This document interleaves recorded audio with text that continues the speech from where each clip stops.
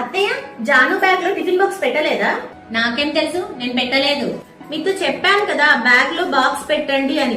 అంతలో ఆయన పిలిచారు, నేను వెళ్లిపోయాను. ఇప్పుడు సాయంత్రం వచ్చిందంటే నన్నే అంటది. నువ్వు ఇలాంటి పనులు చేస్తే అనకి ఏం చేస్తది? అది ఉదయాన్నే లేచి ఉద్యోగానికి వెళ్తది. నువ్వు ఇంట్లో ఉండి ఏం చేస్తున్నావు? ఇంట్లో పనుల మీద కూడా ధ్యాస లేకపోతే ఎలా?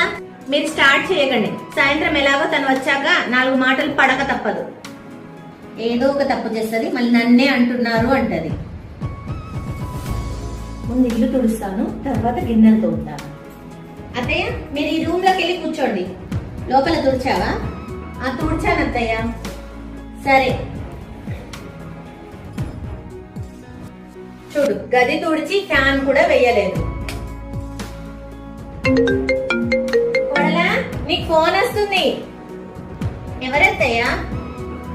ఏమో, కట్ అయింది. చూసి మళ్ళీ చెయ్యి. అలాగే ఫోన్ స్పీకర్ మీద పెట్టు. అక్క చేసింది అత్తయ్య. కానీ రిటర్న్ కాల్ చేయడానికి నా దాంట్లో రీఛార్జ్ లేదత్తయ్య. కొంచెం రీఛార్జ్ చేయించరా అత్తయ్య? ఎందుకు? ఇన్కమింగ్ కాల్ వస్తుంది కదా, వచ్చినప్పుడే మాట్లాడు. మళ్ళీ నువ్వు చేయడం ఎందుకు? హలో అక్క, ఏంటి నువ్వు అమ్మ దగ్గరికి వచ్చావా? సరే అయితే నేను కూడా అత్తయ్యని అడిగి చూస్తాను. అత్తయ్య ఆగు, నువ్వేం అడగాలనుకుంటున్నావో నాకు తెలుసు. ఎక్కడికి వెళ్లేది లేదు, ఇంట్లో చాలా పనులున్నాయి.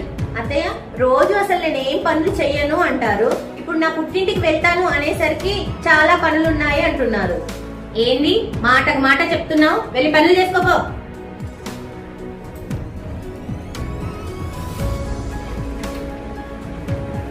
జాను వచ్చావా? కొడలా, జాను వచ్చింది, టీ పెట్టు. వదినా, వదినా.